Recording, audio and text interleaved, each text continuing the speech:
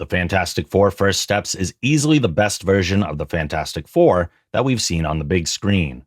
The cast is great, the score is absolutely wonderful, and the decision to set it on an alt-universe Earth with a retro-futuristic aesthetic allows it to stand on its own in the MCU with no prior homework required. It gets to be both a little campy at times to match its 1960s Jack Kirby comic book origins, while also creating very real and relatable stakes for the family and their world.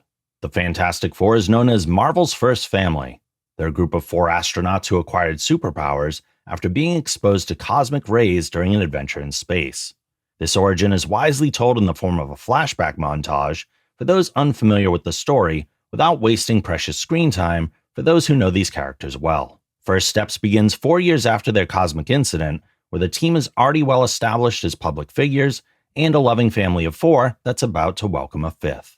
The chemistry between the cast is thankfully the strongest part of the movie, with some of the best moments just being conversations between them.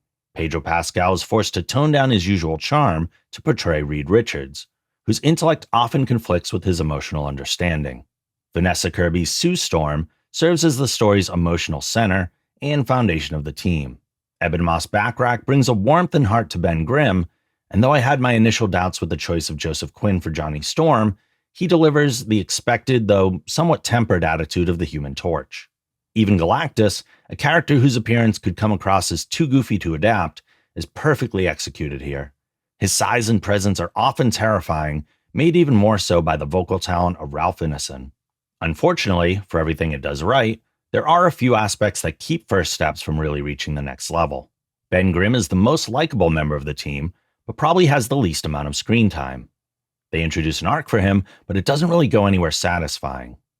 They start to play with the idea of hero worship and public perception, but that too gets quickly resolved in favor of the larger story.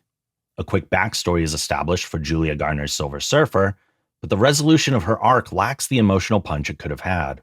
In regard to the action, there's a decent amount of sequences that look cool, but they generally lack any standout moments that'll truly wow you. Even the Thing's inevitable shouting of his catchphrase doesn't inspire the cheers that it should. The Fantastic Four First Steps is a solid entry in the MCU, and fortunately one that stands on its own.